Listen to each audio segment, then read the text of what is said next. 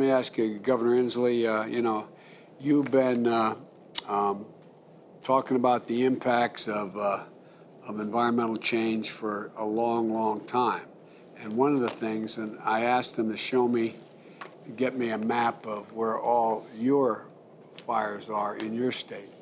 And when you have Delancey and Cub Creek 2 and Cedar Creek, I mean, they're massive fires, massive.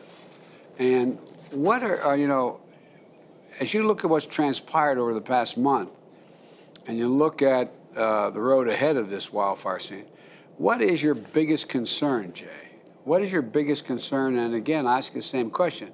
What is the thing we can do most? I mean, you go all the way from Delancey down to Lick Creek, as they say in the creek, down in the southeast part of your state. What are your biggest concerns?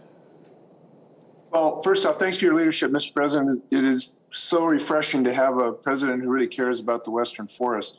My biggest concern might surprise you because all of the governors share these immediate concerns. We have a huge need for additional aerial assets, additional dozer bosses so we can get our dozers into fire lines. We need more trained people. We do have an emerging concern about our fuel supply for our aerial assets. Everything we need to fight forest fires is in dire need across the western United States, not just in Washington State. We've had 1,000 fires. It's burned 4 times more at this time of year than normal. We've had 2.5 times more acreage burned in the last decade than the previous. So those are the obvious concerns, and everything you need to fight a fire, we could use your help on. And I think you've been totally on top of this. And so I thank you for your leadership on all of these things, including management issues. There's unanimity. There's bipartisan acceptance of the need for active management. We're managing our forests just like Montana is to try to get in and reduce fuel. But here's the surprising thing when you ask me this question, and the thing that I worry most about.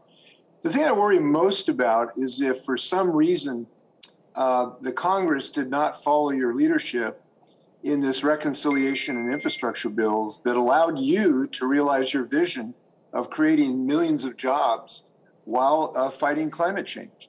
That's my biggest worry right now, because the fact of the matter is there is nothing in human intervention against these fires while climate continues to ravage our forests. We used to think of these things as forests.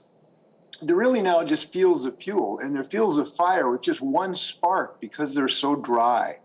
And that aridity creates something like gasoline on the floor of our forest. There is only one way to prevent these forests from being gone in the next century effectively, to be totally unrecognizable.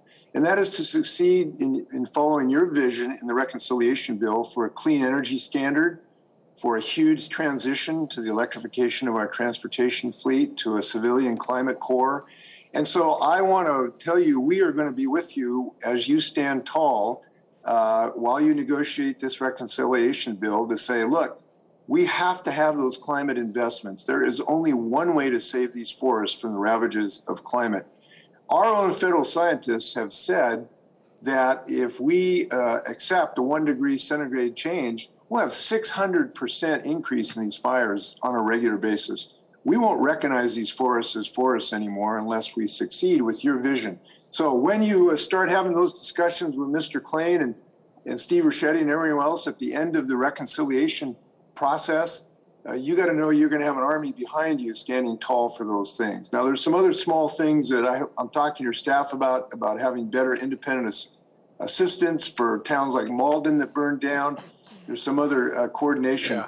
But that's the thing that's going to ultimately decide whether these forests survive in the next century. Thanks for your leadership, Mr. President.